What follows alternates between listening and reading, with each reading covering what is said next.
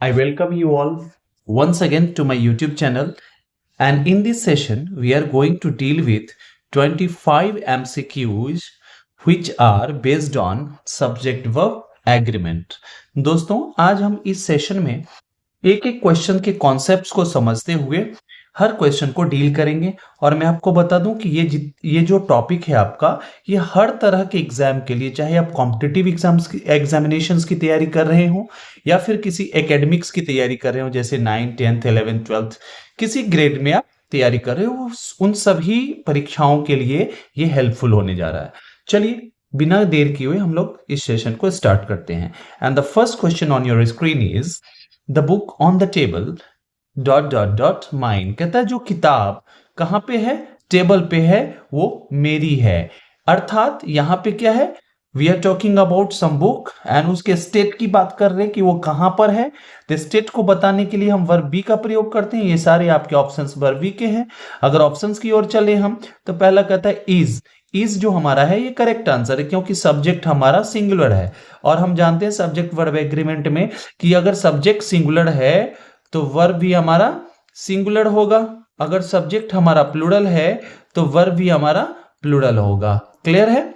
चलिए, आर हमारा plural verb है, बी हमारा ये हमारा क्या वर्ब का बेस फॉर्म है, जिसका प्रयोग हम या तो मॉडल वर्ब के साथ करते हैं या फिर हम जब इंपेरेटिव सेंटेंस बना रहे हो, जैसे कि बोलते बी पेशेंट, बी काम, इस तरह के लिए हम सेंटेंसेस में इनका प्रयोग करते हैं। या फिर सजेशन देने के लिए हम, वो मूड से जुड़ा हुआ टॉपिक है एंड हम उस पर डिटेल्ड एक हम वीडियो लेके आएंगे, उन चीजों को हम आगे देखेंगे। चलिए, बीइंग का प्रयोग हम कभी नहीं करते हैं अकेले वर्ब के फॉर्म में, क्योंकि वर्ब का थर्ड फॉर्म और फोर्थ फॉर्म ये कभी वाक्य में वर्ब के तौर पे अकेला प्रयुक्त नहीं होते। इनके पहले हम क्या करते हैं, ऑक्सिलियरी वर्ब का प्रयोग करते हैं, जो कि यहां पे नहीं दिख रहा है। So the correct answer is option number A. Let's move to the next one. कहता है neither of the boys completed the work. कहता है कि नीदर का प्रयोग करते हैं जब आप दो चीजों की बात कर रहे हो और दो में से कोई भी एक नहीं आपको दर्शाना है। मतलब आपके पास दो बाइक हैं और किसी ने आपसे मांगा कि एक दे दो, तो आपने बोला दोनों में से कोई भी जो है ना सही नहीं है, ठीक है ना। Neither of the bikes, neither of the bikes. और वहीं पे अगर दो से अधिक हो और उसमें से किसी भी एक की बात नहीं करनी है या किसी भी एक के बारे में बताना है कि ये उपलब्ध नहीं है या अच्छा नहीं है, उस स्थिति में हम नन का प्रयोग करते हैं। जैसे आप एमसीक्यूज बनाते होगे, तीन ऑप्शंस हैं, उसके बाद चौथा कहता है नन ऑफ दीज। नन का प्रयोग आपने इसलिए किया क्योंकि आपके ऊपर तीन ऑप्शंस ऑलरेडी थे, लेकिन जब आप दो ऑप्शन के बारे में बात कर रहे हो, ए बी और थर्ड में दे रहे हो कि इन दोनों में से कोई एक नहीं, तो नीदर ऑफ देम या नीदर ऑफ द एबव, इस तरह से आप प्रयोग करते हैं। और एक चीज कॉन्सेप्ट में समझा दूं आपको कि ईच हो गया आपका, एवरी हो गया आपका, ईदर हो गया आपका और नीदर हो गया आपका। ये सब आपके क्या है, डिस्ट्रीब्यूटिव एडजेक्टिव के रूप में काम करते हैं। इनके जस्ट आगे हम सिंगुलर काउंटेबल नाउन का प्रयोग करते हैं। इसमें से अगर आप एवरी को हटा दो, ईच, ईदर और नीदर, तो ये डिस्ट्रीब्यूटिव प्रोनाउन के भी काम करते हैं। एवरी का प्रयोग कभी भी विदाउट नाउन नहीं होता है, इसके आगे नाउन लगाना ही पड़ेगा।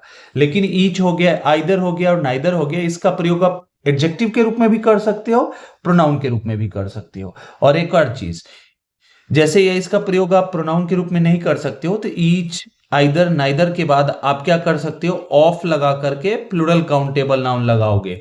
लेकिन एक मजे की बात यह है कि इनका प्रयोग अगर सब्जेक्ट पार्ट के साथ हुआ है तो ये हमेशा सब्जेक्ट को सिंगुलर बनाएंगे और आने वाला जो हमारा वर्ब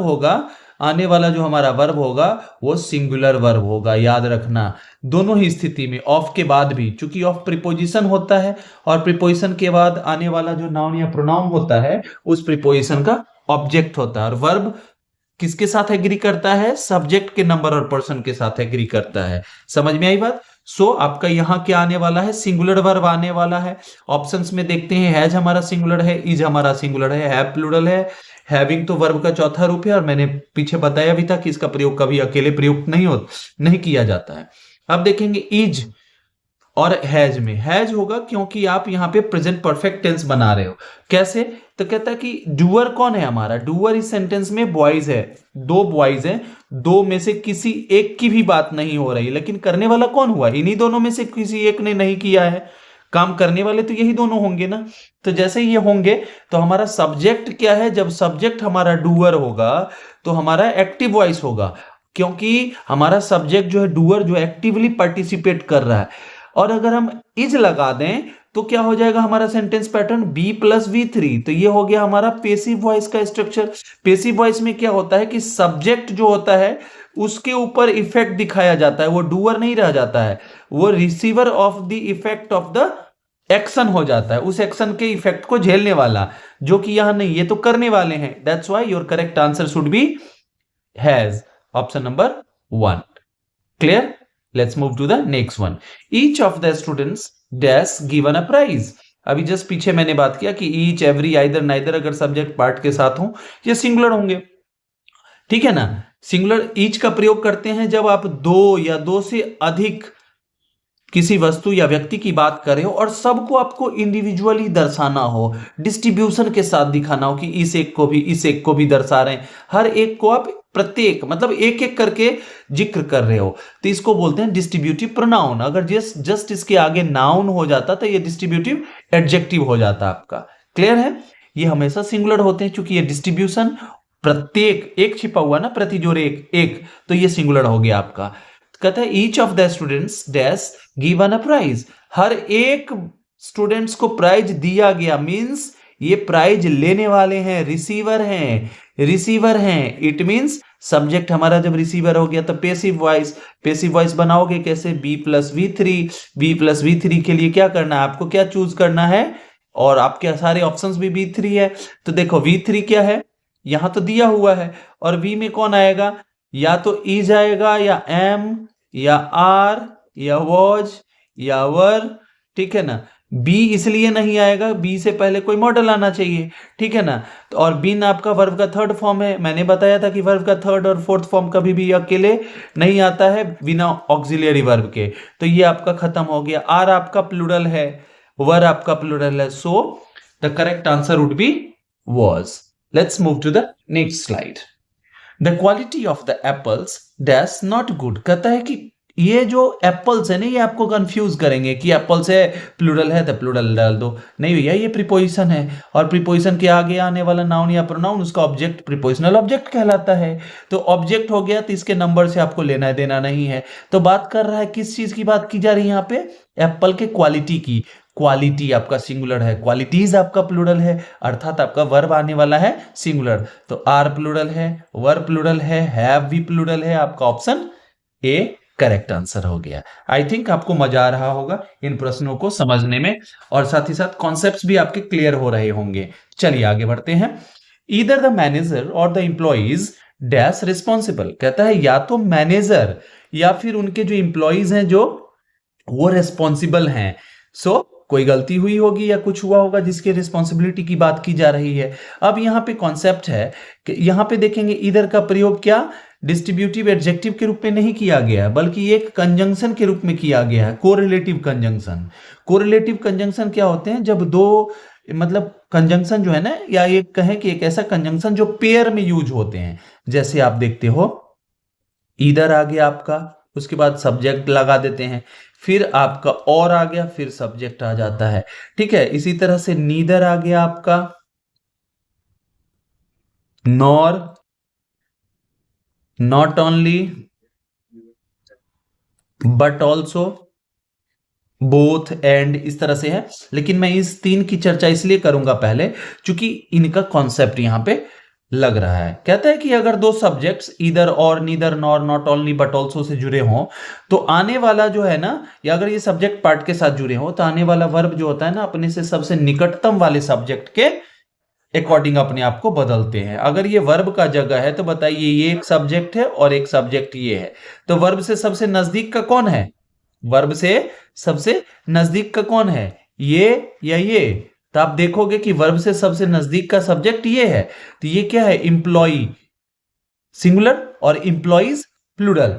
तो प्लूरल हो गया तो वर्ब भी प्लूरल आएगा। इज तो सिंगुलर है, वॉज भी सिंगुलर है, हैव और आर दोनों प्लूरल हैं। अब देखना है कि यहाँ पे आप क्या दिखा रहे हो, रिस्पॉन्सिबल होने की स्थिति को दिखा रहे हो, उनके स्टेट की बात कर रहे हो, ठीक है ना। तो स्टेट के लिए हम वर्ब बी का प्रयोग करते हैं, टू बी का, और टू हैव का प्रयोग करते हैं पोजीशन दिखाने के लिए। तो यहां पोजीशन तो ऐसा दर्शाना नहीं है, तो आंसर आपका हो गया बी। क्लियर?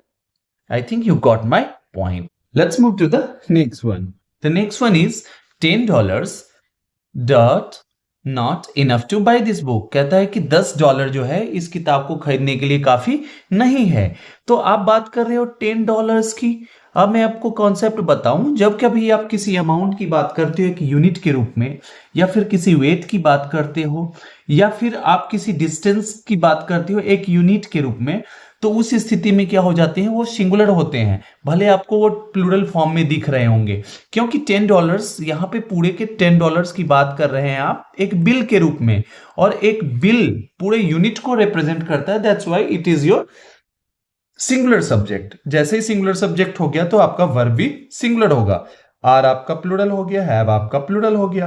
अब बात रही इज और हैज की, तो यहां आप तो पोजीशन दिखा नहीं रहे हो, यहां पे तो ये नहीं दर्शा रहे हो कि ये किसके पास है, ये या इस चीज पे किसका पोजीशन है, ऐसा नहीं दर्शा रहे हो। दैट्स व्हाई आपका ये भी गलत हो गया, and the correct one is option number A, is. Clear है? जैसे हम बात करते हैं 40 माइल्स, मैंने बात किया 40 माइल्स।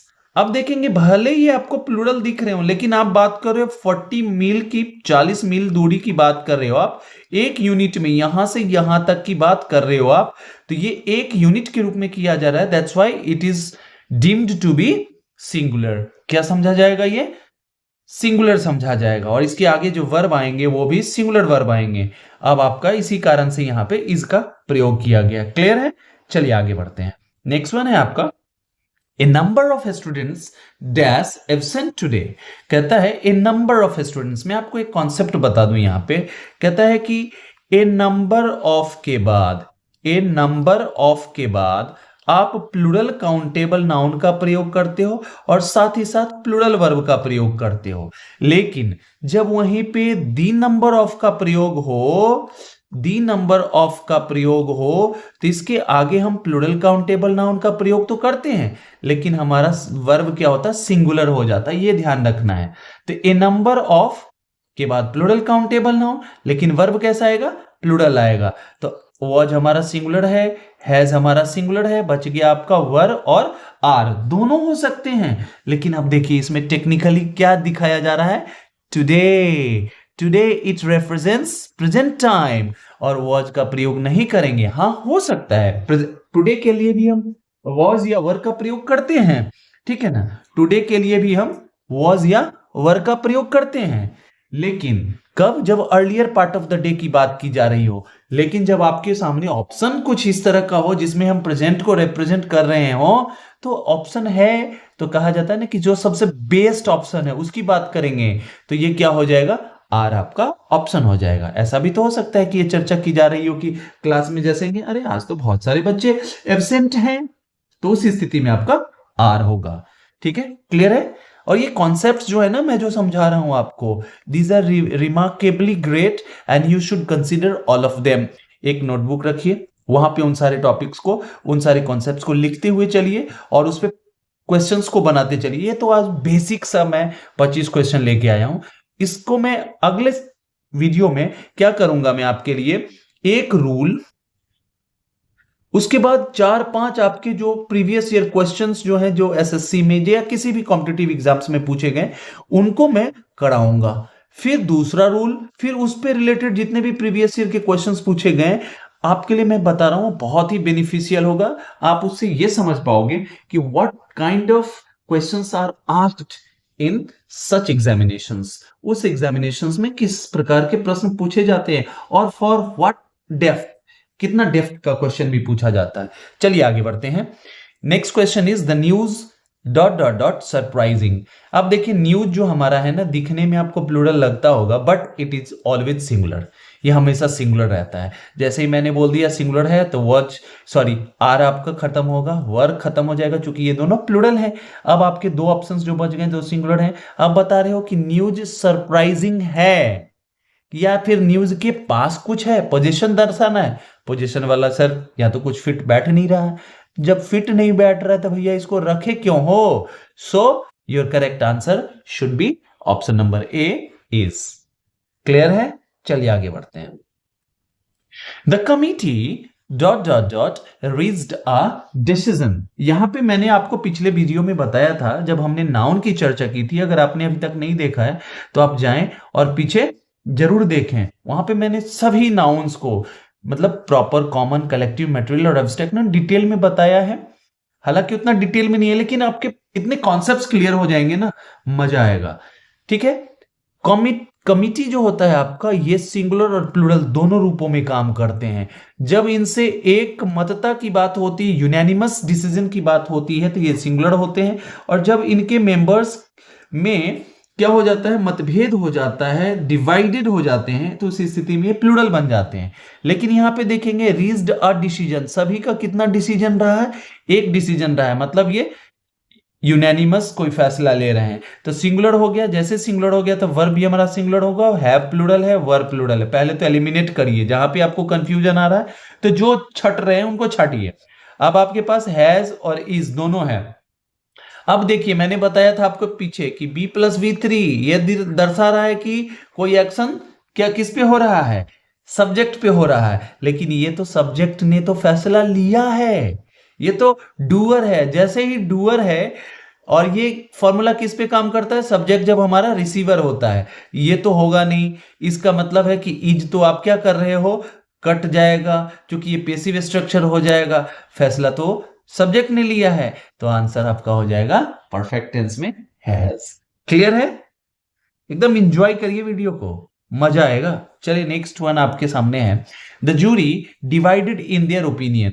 जूरी जो थे ना, ठीक इसी प्रकार से कमिटी के तरह ही इनका प्रयोग सिंगुलर और प्लूरल दोनों में किया जाता है, क्योंकि ये कलेक्टिव नाउन में, डिस्ट्रीब्यूटिव कलेक्टिव नाउन के उदाहरण है। क्योंकि कभी कभी ये एक होते हैं और कभी कभी इनमें भिन्नता आ जाती है, डिवीजन आ जाता है।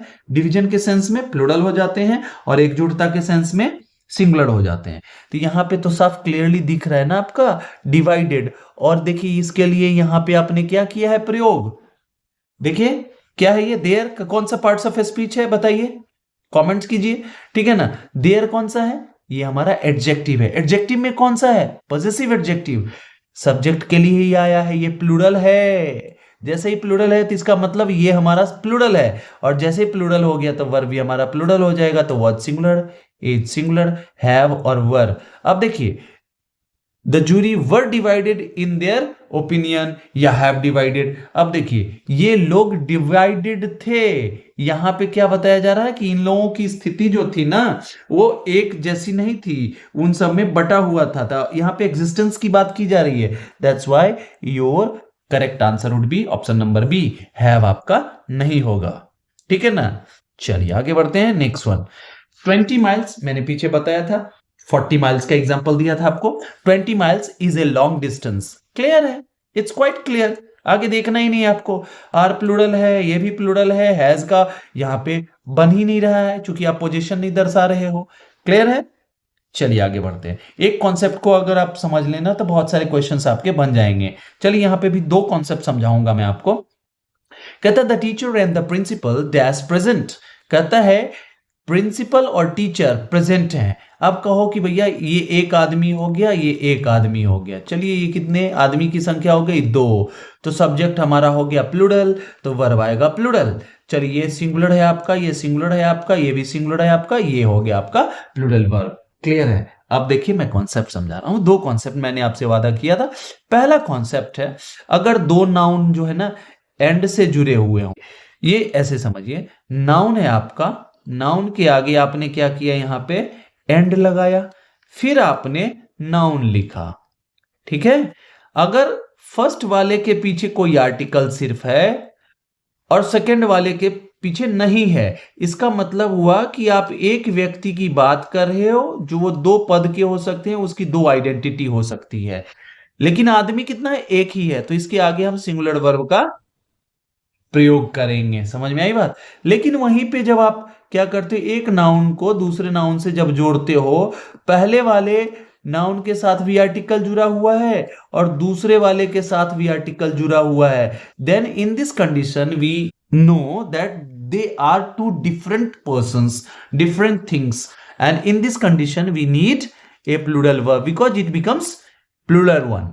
ठीक है ना, तो ये आपका क्या हो जाएगा, प्लूरल वर्ब आ जाएगा। क्लियर है? अब देखिए एक टीचर है, आर्टिकल द लगा हुआ है, दूसरे के पीछे भी द लगा हुआ है, तो यहां पे अगर इसी में मैं बोलता द प्रिंसिपल एंड सेक्रेटरी, समझ रहे हो, the principal and secretary, secretary के पहले आपने द नहीं लगाया है, मतलब एक ही आदमी है जो प्रिंसिपल भी है और वही आदमी सेक्रेटरी है, दो पदों पर है, तो एक आदमी का बोध हो रहा है तो सिंगुलर हो जाता, तो इज प्रेजेंट हो जाता। लेकिन यहाँ पे द टीचर, एक टीचर है दूसरा प्रिंसिपल है, अर्थात दो व्यक्तियों की बात की जा रही है, अर्थात ये प्लूरल हो जाएगा, इसलिए आपका ऑप्शन नंबर बी हो जाएगा। क्लियर? चलिए आगे बढ़ते हैं। कहता है वन ऑफ माई फ्रेंड्स, कहता है मेरे दोस्तों में से, कितने दोस्तों की बात हो रही है, एक दोस्त बहुत है लेकिन उनमें से किसी एक की बात कर रहे हो आप, वैसे भी प्रीपोजिशन है, प्रीपोजिशन के बाद उसका ऑब्जेक्ट हो जाएगा माय फ्रेंड्स, तो इससे मतलब ही नहीं है आपको। तो वन, वन सिंगुलर होता है, वन के साथ क्या होगा, सिंगुलर वर्ब, आर प्लूरल है, वर्ब प्लूरल है। अब देखिए फिर टुडे है, आ रहा है, आ जा रहा है, तो इज हो जाएगा आपका आंसर, वॉच भी खत्म हो जाएगा। समझ में आई बात? आगे बढ़िए। चलिए नेक्स्ट वन है हमारा, none of the students dot dot dot late. कहता है नन का प्रयोग करते हैं जब हम दो से अधिक की बात कर रहे हैं और उसमें से किसी एक की भी हम बता रहे हैं कि कोई कमी है या नकारात्मकता का बोध कराना है, ठीक है ना, तो उसी स्थिति में करते हैं। नन ऑफ द स्टूडेंट्स क्या है, स्टूडेंट्स जो है दो से अधिक है, उनमें से किसी भी, कोई भी जो है ना वो लेट क्या है, नहीं है या नहीं था, जो भी हो, ठीक है ना। तो कहता है कि उस स्थिति में क्या हो जाता है हमारा, नन का प्रयोग करते हैं, सिंगुलर फॉर्म में करते हैं। ये होता है किसका शॉर्ट फॉर्म है, नो प्लस वन का शॉर्ट फॉर्म है। ठीक है, अब एक और कॉन्सेप्ट मैं आपको बता दूं, क्या बता दूं, चलिए अभी देखते हैं, पहले इसको सॉल्व करते हैं उसके बाद मैं आपको कॉन्सेप्ट बताता हूं। क्या है कॉन्सेप्ट, देखते हैं। ऑफ जो हमारा है प्रीपोजिशन, इसके बाद आ गया हमारा नाउन, इसका ऑब्जेक्ट हो गया, तो इसके नंबर से लेना देना नहीं रहा, अर्थात नो वन जो है हमारा क्या है, सिंगुलर फॉर्म है। अब देखो भैया सिंगुलर है तो ये प्लूरल हो गया, ये भी प्लूरल हो गया, ये भी प्लूरल हो गया, and the correct one is was. Clear है? यहां आपका समझ में आया आपको? चलिए अब कहता है, कॉन्सेप्ट में बता रहा हूं कि भैया नन जो है ना ये सिंगुलर फॉर्म में भी प्रयुक्त होते हैं और प्लूरल फॉर्म में भी प्रयुक्त होते हैं। सॉरी वी लिख दिया मैंने सब्जेक्ट वर्ब, ये प्लूरल फॉर्म में भी प्रयुक्त होते हैं। अगर पूरे का आप एक साथ यूज करना चाहते हो, ठीक है ना, तो ये सिंगुलर हो जाएगा, और एक इनको इंडिविजुअली दर्शाना चाह रहे हो तो प्लूरल हो जाएगा। लेकिन याद रहे कॉम्पिटिटिव एग्जामिनेशंस के लिए आप इसे हमेशा सिंगुलर ही मान के चलेंगे, ठीक है ना। बहुत ऐसे आपको कॉन्सेप्ट्स मिलेंगे जिनका आंसर आप प्लूरल सिंगुलर दोनों में कर सकते हो, लेकिन खास करके जब कंपटीशन की बात आती है तो थोड़ा उसका यूज जो है लिमिट होता है, ठीक है ना। स्पोकन इंग्लिश की बात अलग होती है, नेटिव स्पीकर्स बहुत सारी चीजों को अलग तौर पे बोलते हैं, ठीक है ना। चलिए ये ध्यान रखना है आपको। नेक्स्ट वन हमारा है mathematics dot dot dot a difficult subject. आप देखिए सामने कह रहा है कि आपका जो सब्जेक्ट कॉम्प्लीमेंट है, सब्जेक्ट कॉम्प्लीमेंट जो कि सब्जेक्ट को कॉम्प्लीमेंट कंप्लीट करता हो, कॉम्प्लीमेंट शब्द बना है किसे, कंप्लीट से, जो किसी भी चीज के आधे अधूरेपन को कंप्लीट करता हो। तो कहता है कि mathematics is a difficult subject. Mathematics क्या है, एक डिफिकल्ट सब्जेक्ट है। मैथमेटिक्स कितना सब्जेक्ट है, एक सब्जेक्ट है, मतलब ये भी सिंगुलर होगा ना। अगर सब्जेक्ट सिंगुलर है तो सब्जेक्ट कॉम्प्लीमेंट जो नाउन होगा वो भी सिंगुलर होगा। कहिए कैसे, मैं आपको सिंपल सा एग्जांपल देता हूं। मैंने बोला I am a teacher, teacher किसके लिए आया है, आई के लिए आया है, आई सिंगुलर है इसलिए ये सिंगुलर हो गया। अब मैंने बोला वी आर टीचर, तो गलत हो जाएगा क्योंकि ये प्लूरल है, इसको भी प्लूरल बनना पड़ेगा, वी आर टीचर्स। समझ रहे हैं आप? चलिए आगे बढ़ते हैं। अब कहता है mathematics is a difficult subject. हाँ जी है, ये प्लूरल है कट गया, ये भी प्लूरल है कट गया। क्या ये सब्जेक्ट खत्म हो गया, अब सब्जेक्ट नहीं रहा? नहीं ना, आज भी एग्जिस्टेंस में है, ये पहले था आज भी है, तो इसलिए वॉज का प्रयोग नहीं होगा। अब एक और कॉन्सेप्ट मैं आपको बताता हूं, बड़ा ही बेहतरीन कॉन्सेप्ट है, इसी से जुड़ा हुआ है। क्या है, कहता है यदि किसी सब्जेक्ट की चर्चा आप सब्जेक्ट के रूप में कर रहे हो ना, सिंगुलर होगा। जैसे मैथ्स हो गया, इंग्लिश हो गया, सिविक्स हो गया, फिजिक्स हो गया, कोई भी चीज। लेकिन जब उस सब्जेक्ट से उस सब्जेक्ट के नॉलेज का प्रदर्शन करना हो, मींस आप ये बता रहे हो कि उस सब्जेक्ट का किसी भी व्यक्ति के पास कितनी जानकारी है, तब वो प्लूरल हो जाएगा। देखिए कैसे, मैंने बोला इसी के पीछे या तो आप लगा दो, क्या लगा दो, पॉजेसिव एडजेक्टिव लगा दो। मैंने बोला माय मैथ, अब मैं लिख दूं इज नॉट गुड, तो ये आपका गलत हो जाएगा। क्यों गलत हो जाएगा? जैसे ही किसी सब्जेक्ट पे अगर आप पोजीशन दर्शा रहे हो, अर्थात उस सब्जेक्ट के नॉलेज की बात कर रहे हो, तो ये प्लूरल बन जाता है। और जैसे प्लूरल बनता है तो आपका वर्ब भी प्लूरल आ जाएगा। My maths are not good, his English are better than mine. बात समझ रहे हो? ये ध्यान रखना, हम आप अगर स्पोकन इंग्लिश में बात करें ना, बहुत गलती बोलते हैं, बहुत गलत बोलते हैं। नहीं, माई इंग्लिश इज गुड बोलते हैं, खास करके फेसबुक या इंग्लिश तो बात ही छोड़ दीजिए। वहां तो आप फोटो खींच के डालते हो क्या, me and my friend enjoying. भैया सब्जेक्ट के रूप में आपने मी का प्रयोग कैसे कर दिया? मी तो आई का ऑब्जेक्टिव केस है, और ऑब्जेक्टिव केस का प्रयोग ऑब्जेक्ट के रूप में करते हैं। आप कैसे सिंगुलर, सॉरी, आप कैसे उसको सब्जेक्ट के तौर पे यूज कर सकते हो? तो ये बहुत सारी ऐसी चीजें हैं जो हम आप क्या करते हैं, जानबूझ के अपनी अंग्रेजी को खराब करते चले जा रहे हैं। चलिए, तो इस आधार पे क्या हो जाएगा, इज आपका आंसर हो जाएगा। चलिए आगे बढ़ते हैं। नेक्स्ट वन है आपका ईदर जॉन और हिज फ्रेंड्स। फिर मैंने कॉन्सेप्ट बताया था किसका, को रिलेटिव कंजंक्शन का, ईदर और, neither, not, not only but also का। सेम यहां पे अप्लाई हो रहा है। ईदर और से दो सब्जेक्ट जुड़े हुए हैं, जॉन और friends.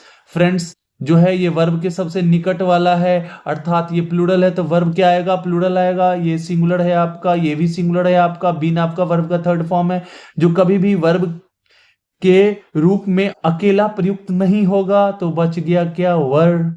So this is gonna be your answer.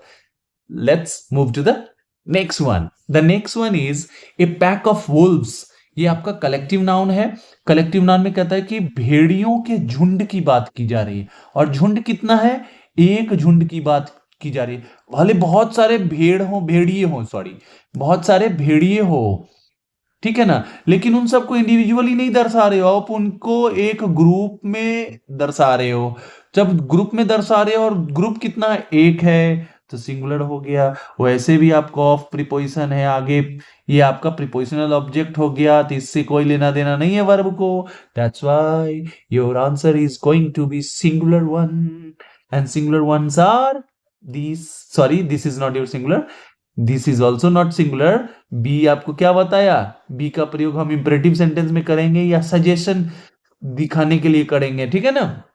चलिए, तो आपका ऑप्शन बचा क्या, वॉच। क्लियर है? चलिए आगे बढ़ते हैं। मजा आ रहा है तो लाइक, शेयर, सब्सक्राइब करना मत भूलिए।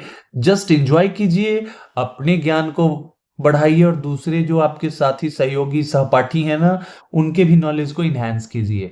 चलिए आगे बढ़ते हैं। कहता है 50% ऑफ द वर्क। वर्क कितना है भैया, ये तो हमेशा सिंगुलर फॉर्म में यूज होता है। कोई एक काम है जिस काम का 50% हो गया है। मैंने बोला आपसे कि भाई ये काम करो, बोला ठीक है सर हो जाएगा। तो मैंने कितना हुआ, 1 घंटे बाद मैंने रिपोर्ट लिया तो कहा सर 50% हो गया। मतलब 50% मतलब आधा, उस काम का आधा। जब ये एक काम मैंने आपको दिया, सिंगुलर ही होता है वर्क हमेशा, और उसका आधा ही हुआ है, तो ये तो भी तो सिंगुलर का ही पार्ट हो गया ना।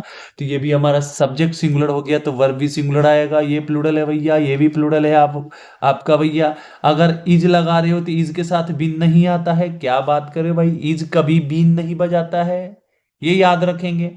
तो ये आपका क्या हो गया, गलत हो गया। आंसर सबसे सही और सुटेबल कौन हो गया, option number C, has. 50% of the work has been completed. 50% of the work has been किया गया है, हो चुका है। 50% काम जो है ना, हो गया है। क्लियर है?